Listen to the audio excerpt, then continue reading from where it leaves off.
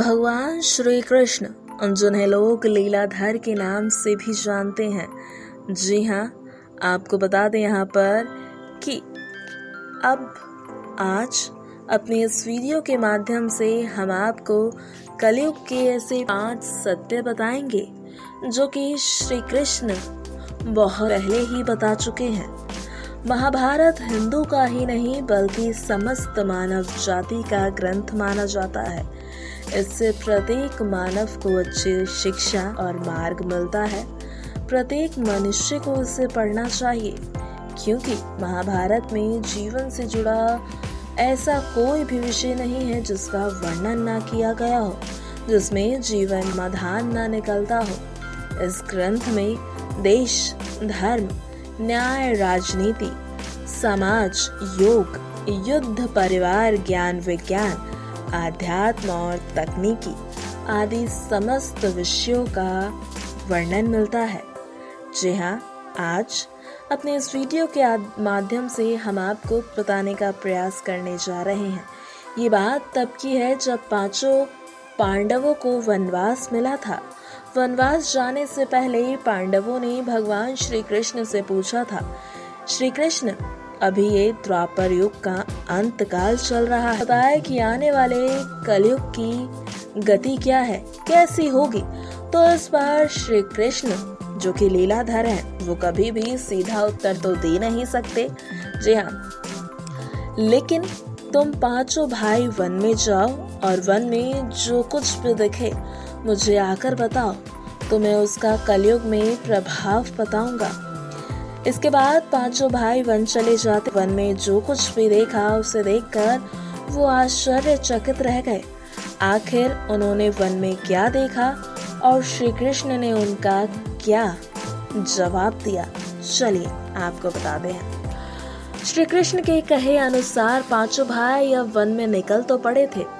जहाँ पर युधिष्ठिर भ्रमण पर थे, उन्होंने एक जगह देखा कि एक हाथी के 2 सूंड थे। ये देखकर युधिष्ठिर जो है वो काफी ज्यादा आश्चर्यचकित हो गए। अर्जुन दूसरी दिशा में गए थे। उन्होंने दूर जंगल पर जाने पर देखा कि वहां पर कोई भी पक्षी नहीं है जिसके पंखों के ऊपर वेदों की रचनाएं की हुई हो। वो पक्षी मुर्दे का मांस खा रहा है। ये दृश्य देखकर अर्जुन तो कुछ समझ ही नहीं पाए। बारी आती है भीम की। भीम ने क्या देखा? भीम ने देखा कि गाय ने एक बछड़े को जन्म दिया, लेकिन जन्म के बाद गाय बछड़े को इतना चाट रही है कि उसका बछड़ा लहूलुहान हो गया। सहदेव देखते हैं कि 6-7 कुएं हैं जिसमें पानी है और बीच का एक कुआं खाली है। बीच का कुआं काफी गहरा होते हुए भी फिर भी पानी नहीं है।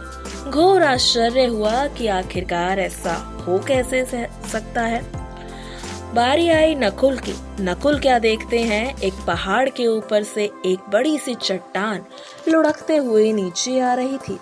वो कितने ही वृक्षों से टकराकर उनको गिराते हुए वे आगे बढ़ जाती। विशालकाय वृक्ष भी उसे रोक न पाए। ये सब कुछ 5 भाइयों ने देखा। बाद 5 भाई श्री कृष्ण के पास आते हैं और उनके साथ जो कुछ भी हुआ अपनी व्याख्या सुनाते हैं।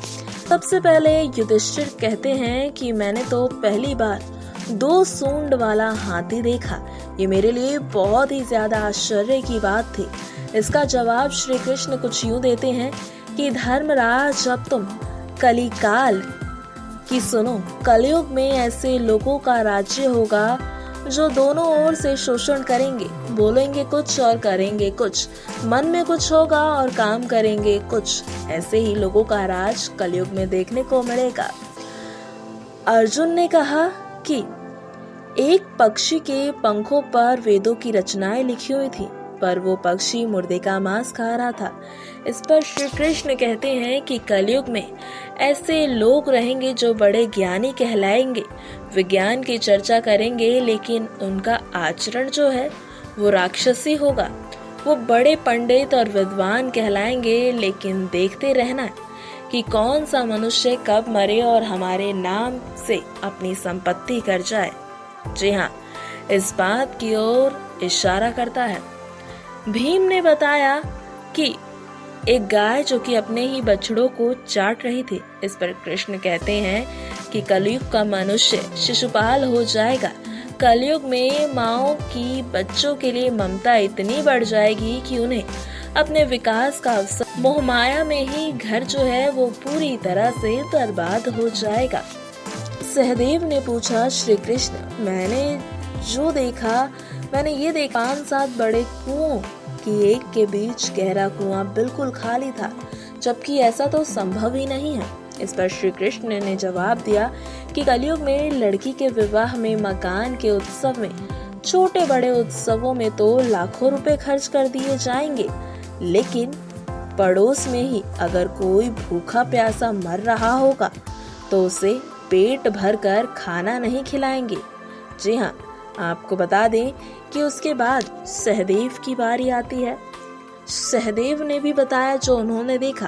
तो इस पर श्री कृष्ण ने कहा कि कलयुग में मानव का मन नीचे गिर जाएगा, उसका जीवन पतित हो जाएगा।